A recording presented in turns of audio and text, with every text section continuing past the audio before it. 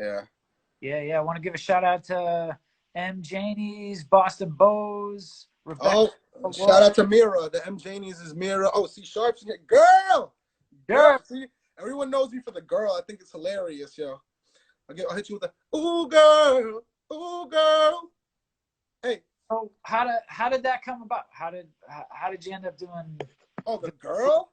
That came about. I was actually like, I was almost like insulted when someone first said it to me, yo. And it was somebody in Headshots. It was INF from Headshots. He started saying stuff. He liked saying wild shit to get you like off of the thing. And it just like, I got mad the first time he called me a girl, and I was like, dude, what the fuck are you doing? Like, why are you saying this? Then he kept saying it, just became so funny because like I'm like, people are really getting annoyed at this, but it's hilarious. And then I started saying it back to him. Then I started saying it to the rest of the group, and started saying it to everybody like that came by. I started saying it to even like UFC fighters like Doomsday. I said it to him, and he was such a good sport about it. He's like, I like that. I'm like, yo, but think about it, like you just say it like so nonchalantly. It's like people can't even. It doesn't. So like I don't know. Sorry, I just cut out. But like yeah, it started with INF, and then he's like, yo, you just took the girl to another level because then everyone was saying it, everyone was hashtagging it, doing it in their stuff. But yeah, so that's to you, girl. INF. You know you're my girl, my world girl. I mean, you know, it obviously became popular with you know the EMS crew when we went to Hip Hop Camp. Yeah, Kemp. That was like that was a wild time right there. Shout out to my boy Core. Core did Yeah. awesome. What did you say? You got any good Hip Hop Camp stories for EIG? Hip hop chem stories. Do I really need to disclose my hip hop chem stories? Is the question. All right. Let me see. How can I dumb this down? Yeah. How can I dumb this story down? Let's just say I was inebriated. Me and Core.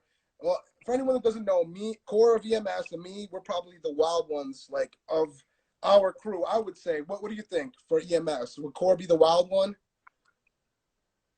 I mean, did Core sleep at all for 3 days? I don't know. All I remember losing my cell phone one night, tracing the cell phone in Czech Republic, getting an extra 2 nights a hotel room just so I could find it. Finally got when they turned it on, I saw it moving from where we were. I think it was Krakow, right? It's Krakow. And then I seen it. I'm like, yo, I'm like messaging my phone. I'm like, I see you guys moving, and it's going to Prague now. It's like going to Prague. It's like, all right, my phone's done. It's done. But yeah, we got so inebriated. Oh man, it was wild. Yeah.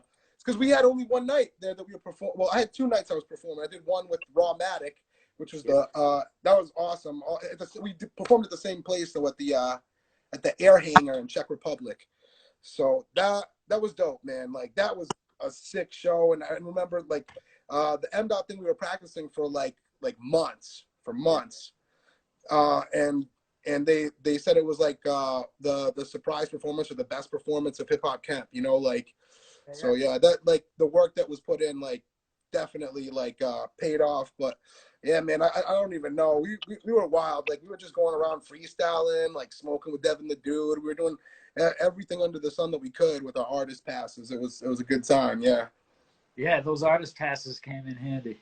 Yeah, straight up. Yeah. Even though they were kind of giving them out to like the artist's Well, girlfriend. they were like selling them, like the same thing. Yeah, And then there was like the main stage artist passes, that like no one could get. Like none of the other acts could get. Remember they kicked us off the main stage, but we were on the main stage all day until like Jizza came on or what was it? Suicide Boys also, right? yeah. Yeah, they have the biggest crowd that year at Hip Hop Camp. So Yeah. uh We missed Hobson was the headliner the next day. We missed because that's the day we flew back, so we missed Hobson. oh yeah, I actually caught Hobson. I caught Hobson, yeah. Yeah. He was good, but honestly, Suicide Boys had the biggest crowd by far, I think. They By were far. crazy. Yeah, they were crazy. So you just came back from M.O.K.E was on tour in Europe when the coronavirus and Trump started to shut down flights. You were overseas, so how'd you get back? When did you get back? What? Oh man, that's a wild story. I actually wish Oblivious was here to help me tell this story because we were like kind of just playing everything by ear at one point. Because we saw the coronavirus was spreading. We had these shows scheduled. We had just done a run in Hungary of like two shows, like some in stores, some meet and greets and stuff. And like shouts to Hungary, they were awesome, honestly. And we actually someone booked us like for a late show that night, but and then we flew the next day, which tends to be the case always. But we were in Switzerland and everything's starting to close. Italy's going crazy at this point in Switzerland, you know. And that's right on the border of Switzerland, right there. Like Milan is right there, and Switzerland isn't that big, but we had a lot of stuff booked. And in fact, then shouts to my man Biko, he books all our shit over there in Switzerland. He's like our booking agent and O-Circle and stuff. But like we were staying with them, and all this craziness was happening, and we're like looking. We had a huge show that pre-sold like 1,200 tickets for it already, and that got canceled. That was the first sign. It's like, all right, stuff is really going to start getting shut down now, you know, because Switzerland had put a 500-person cap on how many people can go to shows. So this show that we were booked for already had 1,200 tickets sold. It had like a big German rapper on it.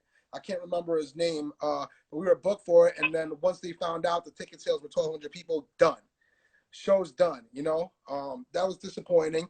Then they started putting like 200-person caps on the shows. It's like, oh, all right. So now even if we do these shows, we're going to be going, but we're not going to be getting paid like we should be getting paid to do like a bigger show, you know. I did fortunately meet with M in I can't remember where it was right now. Damn, that's gonna eat me, yo. But it was a Beatnut show, and also in Switzerland. Oh, it was Lucerne, Switzerland. Like, but that was us just going and like supporting M. We didn't really get paid for that show, but that was a dope night. But at the same time, it's me and M, and we're in the hotel with Core and stuff, and like everyone's talking. It's like, oh, like what should we do? Like maybe we should get our flights home. I know M was super stressed because of his kids, but me and Oblivious are there to like make a name for ourselves and go out. And then it was going on to 2 days before the travel ban. M's like, I'm going home. I'm doing this. You got to get your flight back now. They're gonna do a travel ban. You know what I mean? Like they hadn't announced it yet, but like everyone was feeling it at that time. And me and Oblivious were just chilling there. Like we had a show in Geneva the night before the travel ban. And we were like, we're just gonna stick around and do this if we can. You know, like Oblivious wanted to cancel the show. I'm like, yeah, I'm like, I want to, but like I don't want to let that guy down because the person who booked us was really like one of the first people to be like, oh, I need to book you guys. You need to come, you know, like da da da da. Like, and that night in Geneva was 100-person cap. So like only 100 people could go to that show. There was nothing else in the city that night. It was like shut down. It was kind of crazy. So the night before, Oblivious actually has a person who's like a virologist over here, and he had been talking to her about this, and she was telling us weeks before the coronavirus was like really fully like blown up that like it's gonna change like the quality of life in the world soon, you know what I mean? And you know what actually happened was she actually ended up helping us get our tickets home like direct, because if we didn't make it, they would have we got it direct from Switzerland to New York the morning of the morning after our show in Geneva. So, and we also had a video shoot that night. So we did the show in Geneva, Switzerland. We did like a 3 to 4 hour video shoot with these Swiss guys, with obviously with Biko and O-Circle, and then we drove through the night. AKA I drove through the night to the to Zurich Airport and made it just in time. Like at midnight that night, it was going to be closed. Even Switzerland's borders were the only ones that was open, so they were about to be closed as well. So we just made it in the nick of time. But yeah, like it's like a crazy time, man. Like I don't know, like we canceled like probably like 7 shows, you know, like maybe 10 shows.